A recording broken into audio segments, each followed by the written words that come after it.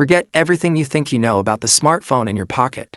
Forget the incremental updates, the slightly faster chips, and the recycled designs we've seen for the last few years. Because right now, in the high-security labs of Cupertino, Apple is building something that doesn't just replace your current phone, it renders it obsolete. If you are watching this, you're likely an Apple fan, a tech enthusiast, or someone who is simply tired of paying over $1,000 for a device that feels exactly like the one you bought 3 years ago. Well, I have news for you. The cycle of boring is officially over. As we move through April 2026, the leaks coming out of the supply chain aren't just whispers anymore. They are screams. We are looking at a machine that marks the biggest architectural shift in the history of the iPhone. From a variable aperture camera system that mimics the human eye to a processor so small and so powerful it defies the laws of classical physics, the iPhone 18 Pro Max is Apple's all-in moment. This isn't just a phone, it's a supercomputer that lives in your palm. And today, we are going to strip away the marketing fluff and dive into the cold, hard reality of what is coming this September.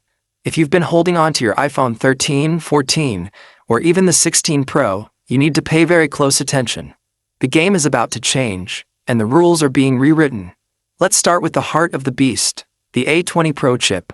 For years, we've been hearing about the 2-nanometer dream.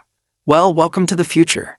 The iPhone 18 Pro Max will be the first consumer device in history to feature a 2-nanometer processor. To put that in perspective, we are talking about transistors so small they are literally measured at the atomic level. This isn't just a spec bump, it's a generational leap. Why does this matter to your daily life? It's simple: 15% more raw speed and a staggering 30% jump in efficiency. Imagine a phone that never gets hot, even when you're recording 4K ProRes video or playing console-level games. Imagine a device that handles complex AI tasks locally, without sending your data to a cloud. This is the power of the A20 Pro. TSMC, Apple's chip manufacturer, is reportedly charging $30,000 per wafer for this technology. That is a 70% price hike over current chips. Apple is spending billions just to make sure your phone stays 3 years ahead of the competition. But speed is nothing without a window to see it through. Let's talk about the display, because this is where the iPhone 18 Pro Max is going to win or lose the war. For years, the dynamic island has been a polarizing feature. Some love it, many find it a distracting pill-shaped hole.